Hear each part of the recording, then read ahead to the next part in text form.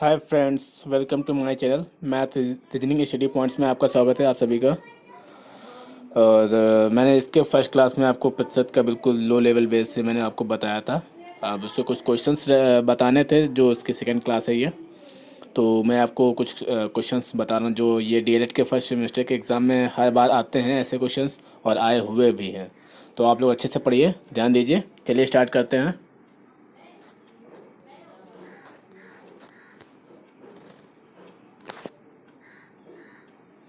First question क्या है, एक दुकान का में 1200 रुपये का कंबल 20% की छूट पर देकर बेचा गया, ज्ञात कीजिए कि कंबल कितने में बेचा गया। ठीक है, तो आप इस क्वेश्चन को कैसे सॉल्व करेंगे। 1200 का कंबल है, 20% की छूट मिल रही है, तो छूट कैसे निकालोगे। छूट बराबर क्या हो जाएगा, 1200 का 20%। परसेंट का मतलब क्या होता है, 1/100 होता है, मतलब 1/100। ठीक है, ये जीरो दो जीरो कट गए, ये दो जीरो कट गए।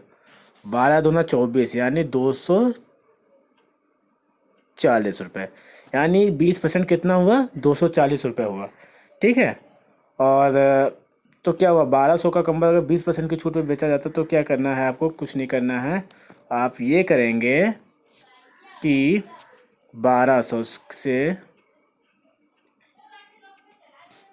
240 रुपये घटा दीजिए, कितना बचेगा, 960 रुपये। यही आपका आंसर। ठीक है, समझ गए। एक दुकानदार ने 1200 रुपये का कंबल 20% की छूट पे दिया है। तो 1200 का अगर 20% निकालेंगे कितना आ रहा है, 240 रुपये। ठीक है, तो ये अगर 1200 में से 240 रुपये घटा दो तो कितने रुपये बचते हैं, 960 रुपये का कंबल उसने बेचा। ठीक है, चलिए नेक्स्ट क्वेश्चन देखते हैं, दूसरा क्वेश्चन।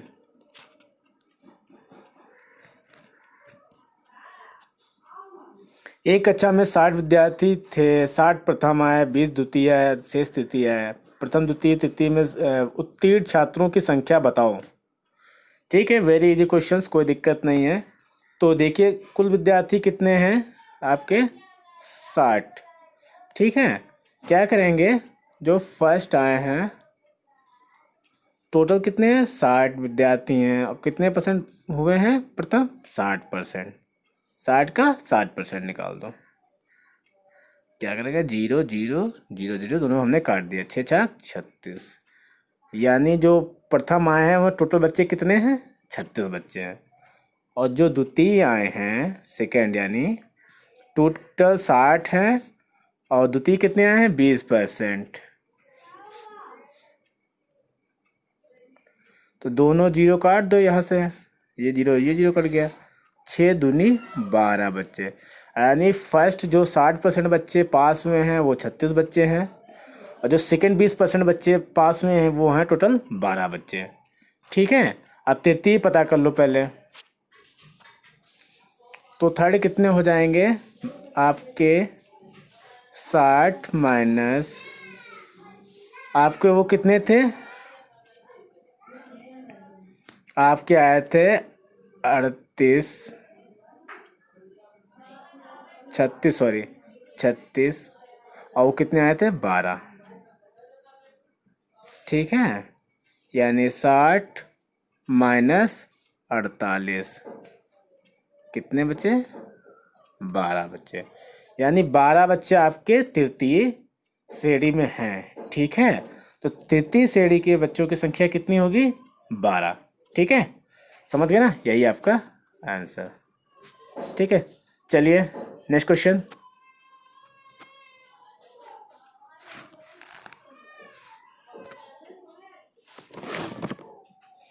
एक साइकिल 1800 रुपये में बेचने पर 10% की हानि हुई, साइकिल का क्रय मूल्य बताओ।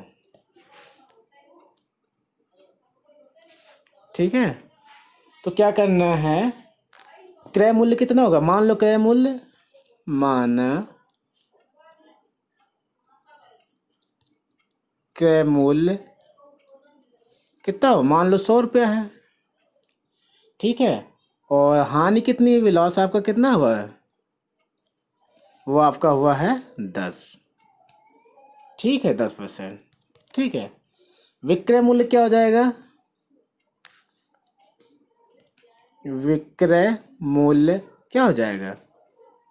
क्या हो जाएगा? 100 माइनस 10 यानी 90।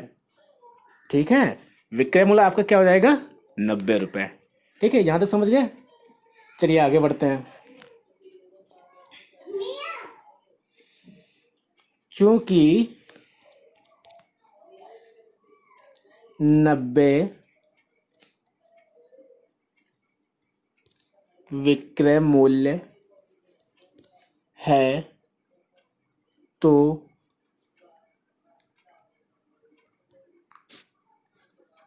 क्रय मूल्य क्या होगा? 100 रुपये। ठीक है, तो अगर 1800 विक्रय मूल्य तो क्रय मूल्य क्या होगा? क्या होगा क्रय मूल्य? 100 गुणे 1800 बटे 90। ठीक है, क्या करेंगे? कैंसिल आउट कर लीजिए। 9 जीरो से जीरो कट गया। 9 दूनी 18 यानी 200। कितना आएगा इधर? 20 को अगर जो है गुणा करोगे तो कितना आ जाएगा? 200 को अगर 10 से गुणा कर दो कितना आ जाएगा? 2000 आ जाएगा। यही आपका आंसर। यानी इसका जो है क्रय मूल्य साइकिल का कितना होगा? 2000 रुपये। ठीक है, समझ गए ना? चलिए ठीक है, अगला क्वेश्चन देखते हैं।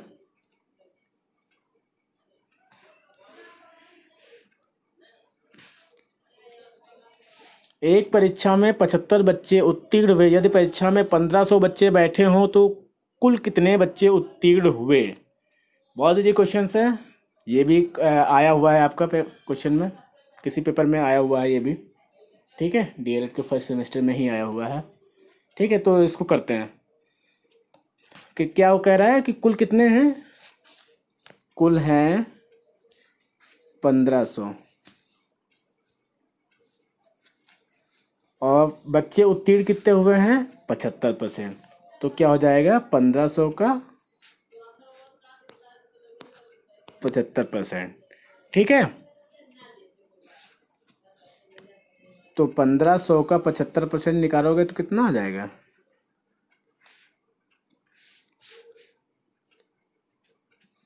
ये जीरो कट गया, ये जीरो कट गया, ये जीरो कट गया, ये जीरो कट गया। ठीक है, कितना बचा? 15 गुणे 75। ठीक है, तो इसको अगर मल्टीप्लाई करोगे तो कितना आएगा? 1125। यानी जो है 1500 में जो 75% बच्चे उत्तीर्ण हुए हैं तो कुल बच्चों की जो संख्या आई है वो कितनी आई है? 1125। इतने बच्चे आपके उत्तीर्ण हुए हैं। ठीक है ना? समझ गए? मैं बहुत स्लो स्लो पढ़ा रहा हूँ कि जहाँ पे आपको समझ में ना आए आप मुझे कमेंट सेक्शन में बता दीजिएगा ज़रूर। ठीक है, चलिए आगे बढ़ते हैं।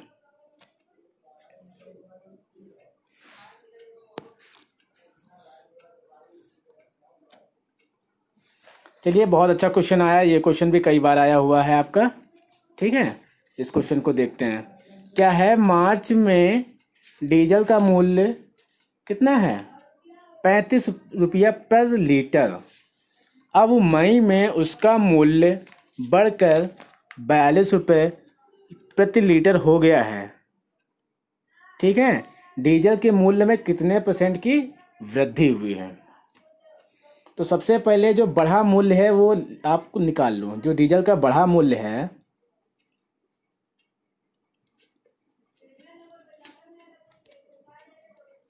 पहले कितना बढ़ गया? बढ़ा मूल्य कैसे पता चलेगा? जो अभी जो वर्तमान टाइम में जो मई का मूल्य है वो कितना है? 42 रुपया। अब पहले कितना था मार्च में आपका? 35 रुपया। ठीक है, मार्च में कितना था? 35 रुपया। ठीक है, तो 42 में से 35 निकाल दो, कितना बचेगा? 7 रुपया पर लीटर। ठीक है, बढ़ा मूल्य कितना है, 7 रुपया पर लीटर। ठीक है, अब कह क्या रहा है, डीजल के मूल्य में कितने % की वृद्धि हुई है। तो क्या करेंगे, मूल्य में परसेंट वृद्धि, परसेंट वृद्धि क्या कहेंगे, पहले तो मूल्य में वृद्धि, मूल्य में वृद्धि अपॉन पहले का मूल्य, पहले का, पहले का मूल्य, मूल्य में वृद्धि बराबर क्या हो जाएगा, मूल्य में वृद्धि अपॉन पहले का मूल्य। ठीक है,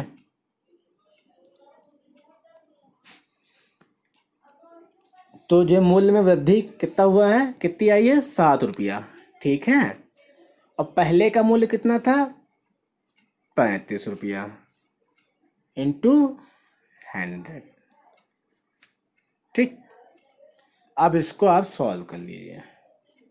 ठीक, कैसे, 7×5 = 35 और 5×2 = 10, कितना आ रहा है, 20%। यानी मूल्य में प्रतिशत वृद्धि कितनी आई है, 20%। ठीक है गाइस, उम्मीद करता हूँ आप इस क्वेश्चन को अच्छे से आप समझ गए होंगे। ठीक है, और इस क्वेश्चन को, ये क्वेश्चंस कई बार आए हुए, तो इन क्वेश्चंस की अच्छे से प्रैक्टिस करिए।